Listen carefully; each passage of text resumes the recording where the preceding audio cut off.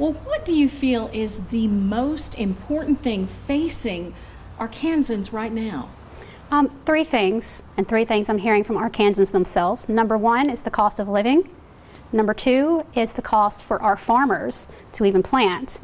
And number three is a lot of Arkansans feel like their political offices that they have elected, such as the one I'm running for, House of Representatives, they feel that those in Washington do not represent them or they aren't listening to them. And that's one big reason I'm running for office. I'm running for office to push the agenda of the people and not the agenda of myself. And I feel like that's a lot of what we're seeing from Washington is political agendas. And that's why my campaign slogan is people before politics. I want to put the American people, Arkansas, before political agendas. Arkansas farmers who grow the crops that feed the nation and the world are struggling right now. The last farm bill goes all the way back to 2018. If you are elected to office, what do you plan to do about the lack of a farm bill? What are your plans to help farmers? Right. Well, a lot of what I'm seeing from Washington is they keep throwing money at our farmers. And money is great and money is good, but it's just a Band-Aid from what our farmers are dealing with. There's a problem of monopolization of seeds. There's a problem with the patented technology on those seeds. We have a problem with bankruptcies for farmers being up 30%. And money is great, and that's good, and I'm grateful for the money that has been given to our farmers, but we have to work on putting in legislation that fixes the problems that put our farmers in the positions that they're in.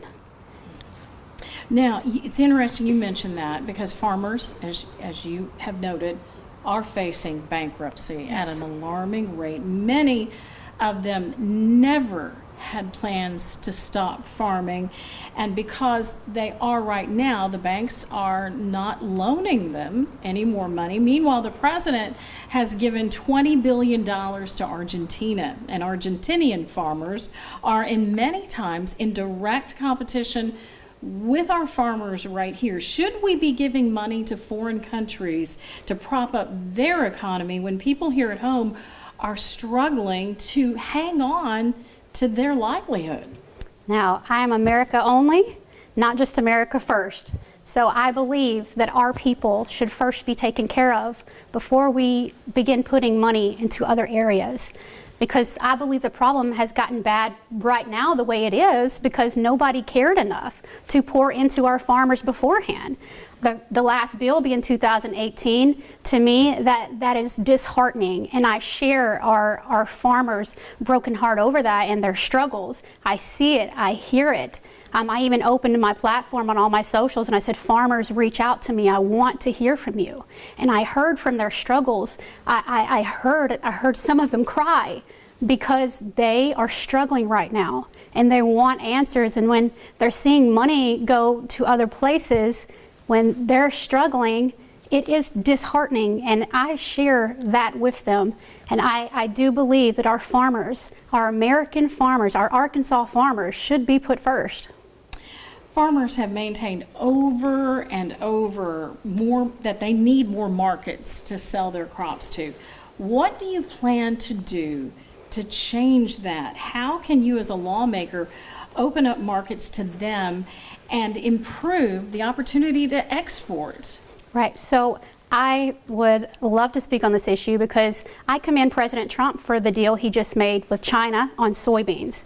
I think if we could get more deals like that done, our farmers would have more options.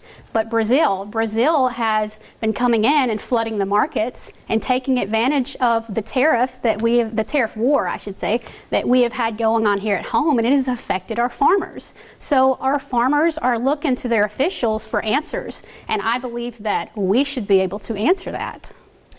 There are supposed to be antitrust laws in place to protect the agriculture marketplace as we know it. But since 2020, seed expenses have increased 18%, fuel and oil by 32%, fertilizer by 37%, and interest rates by a whopping 73%. These input costs are unacceptable when farmers can't pass the price hikes on to consumers. So what do we need to do about it?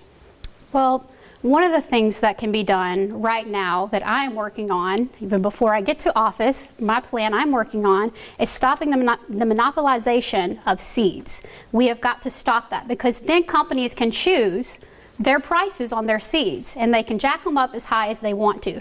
Now, to me, that's not capitalism. At what point does capitalism turn into communism? Because you have so much control over what you're doing to our farmers. And if farmers can't plant, we don't eat. If they can't afford to plant, then our families do not see food on the table. And that is concerning. So I believe that monopolization is the first step to stopping at least that area and prices being so jacked up. And another thing that we can look at with everything else you were saying, and this ties into everything, when you cut federal waste, because I'm all about fiscal responsibility when it comes to our country, when you cut federal waste and we quit wasting money on areas that we don't need, then that helps prices go down. It helps inflation go down, and essentially that does help our farmers. Well, the drought during the last growing season in Arkansas hit farmers really hard. Farmers rely on accurate data to protect herds and to qualify for the assistance programs, but many times the drought monitor is off and they miss out on data that is really crucial. Why does Arkansas not have a state climatologist?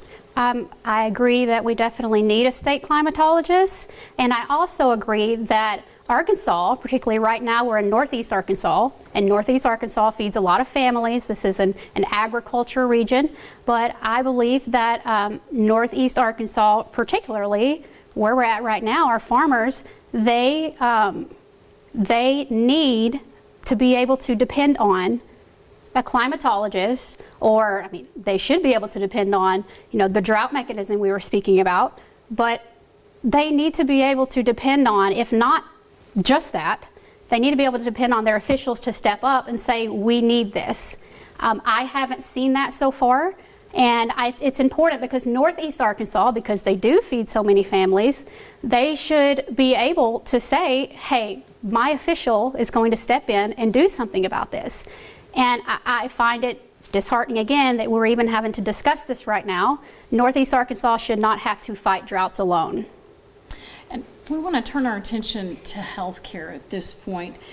Do you support maintaining or reforming current health care subsidies to make health insurance more affordable to everyone? Absolutely. Health care reform is huge, and Arkansas is one of the poorest states in the country. Healthcare has gone through the roof. We have to ensure that our healthcare market is competitive again. And when it's not competitive, the people suffer.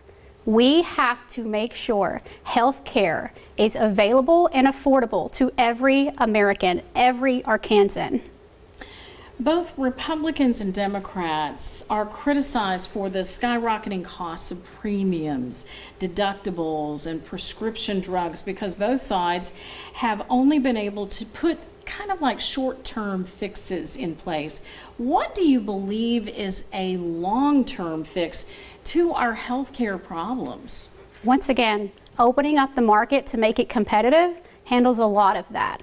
Now, we have to put up a line in the sand somewhere in this country when it comes to big pharma and affordable prescriptions, because you have what I call the middleman who takes a portion for himself and can put the price at what they want to, and they end up making a good portion of that back. And so if we're wondering why our drug prices are going through the roof, there's a middleman who's nothing is being done so far to where they are affecting the prices of us Americans. And in my opinion, that is not okay, and it needs to stop. Okay. And also, Arkansans, they're hungry. People often say that, well, they just need to get a job. But in many cases, they have a job and they can't make a living wage. Many households are struggling just to afford groceries, health care, and housing. Why in America? What can people, even well-educated, employed people, cannot afford the basics for life? Yeah. What would you do about that? That is a sad situation, and I am from the real world, so I concur, and I feel what Arkansans are feeling right now, what Americans are feeling all over this country. I'm from a middle-class family. My mother was a paramedic. My father was a machinist, so I understand the position that they are in. It is hard to even afford your grocery bill, and then to tack on health care with that, and to tack on your bills with that. It feels almost like you're drowning. I completely understand. Now, where I would come in and what I would do with that, I give my perspective because I've been where they're at. And that's important for someone who is in that United States Senate seat here in Arkansas. That is important because as someone who is voting on things that's going to affect the prices of housing, that's going to affect the prices of groceries and what the everyday American has to spend their money on, it's important you have someone in that seat that understands what an Arkansan is going through. I've been through hard times. I've been in the place where I haven't been able to afford health care, been paralyzed from the waist down not once but twice. I've seen the big hospital bills. I've been to the place to where I didn't know that I was going to be able to afford my mortgage, or I didn't know if I was going to be able to afford groceries. So I concur with them. And I 100% believe that our Senate seat that I'm running for needs to have someone in that place that understands where Arkansans are at. The One Big Beautiful Bill puts a cap on borrowing for higher education. It excluded nursing from the list of professional degrees, and that could limit students' ability to borrow money for their training. Given the demands on the healthcare sector, should that be happening? What do you think? Why or why not? I do not agree with that, and I'll tell you why. Because nurses make up the medical field, a big portion of the medical field. And nursing school is already expensive. And as we can look in statistics, school prices keep going up, particularly for nurses. It is important that we take care of them. I don't believe, because I am America First, America Only, I don't believe that we should be excluding such big career areas that we need. We most certainly need nurses. We most certainly need that medical field. It is important. I don't believe that we need to be excluding any of them. So I am for pushing nurses into being able to get their funding and not having to make a sweat and wondering how they're going to pay for their school. Very good. Now,